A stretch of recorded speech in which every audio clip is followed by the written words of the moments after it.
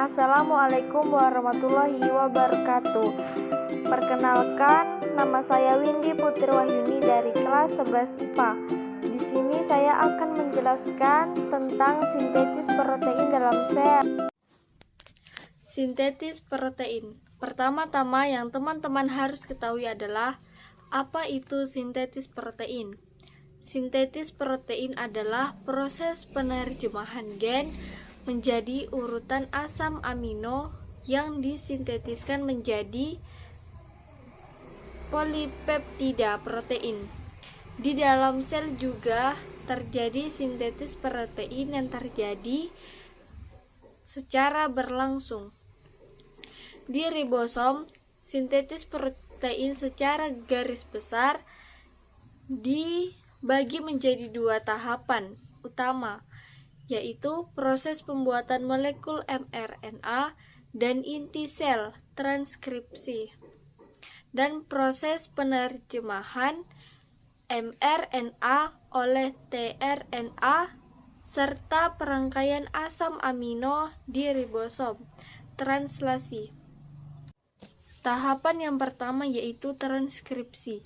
Proses transkripsi diawali dari sintesis RNA dari salah satu rantai DNA sense atau rantai cetakan.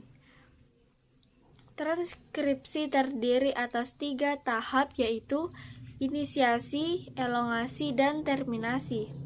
Yang pertama yaitu inisiasi atau permulaan. Proses inisiasi diawali dari promoter, yakni daerah DNA yang merupakan tempat melekatnya RNA polimerase. Yang kedua yaitu elongasi atau pemanjangan. Elongasi terjadi pada saat RNA bergerak di sepanjang pilihan ganda DNA terbuka secara berurutan. Dan yang ketiga yaitu terminasi atau pengakhiran.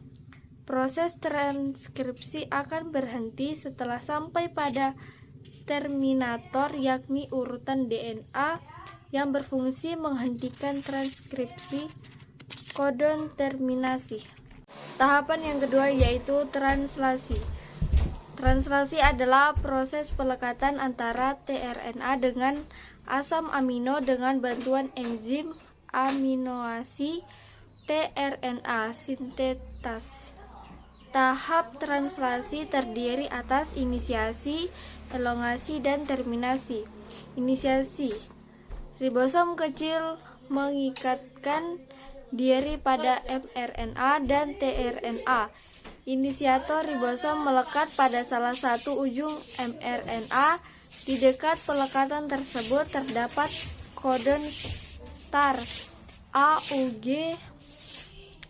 Kodon ini memberi sinyal dimulainya proses translasi. Yang kedua yaitu elongasi. Tahap ini dimulai dengan terbentuknya asam-asam amino yang berkaitan dengan metionin. Yang ketiga yaitu terminasi.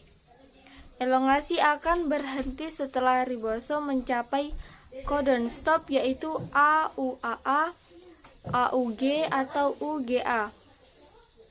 Proses terminasi diakhiri dengan terbentuknya rantai asam amino yang sangat panjang atau lebih sering dinamakan dengan rantai polipeptida. Protein ini harus mengalami modifikasi agar bisa digunakan dalam tubuh. Proses modifikasi dilakukan di badan Golgi. Hasil modifikasi ini dibedakan menjadi dua, yaitu protein struktural dan protein dinamis fungsional. Protein struktural merupakan protein yang berperan dalam pembentukan struktur sel. Yang kedua, protein fungsional merupakan protein yang berperan dalam pengaturan aktivitas sel, misalnya enzim dan hormon. Yang pertama, enzim. Enzim adalah salah satu atau beberapa gugus polipeptida protein yang berfungsi sebagai katalis dalam suatu reaksi kimia organik. Yang kedua, hormon. Hormon berperan mengatur homeostasis, metabolisme, reproduksi, pertumbuhan, dan perkembangan. Reproduksi sel. Pembelahan mitosis adalah peristiwa pembelahan sel yang terjadi pada sel-sel somatis serta menghasilkan dua sel anak dengan genotip sama dan identik dengan induknya. Sel melangsungkan pembelahan mitosis sehingga dapat mengalami perubahan bentuk, ukuran, dan jumlahnya bertambah banyak.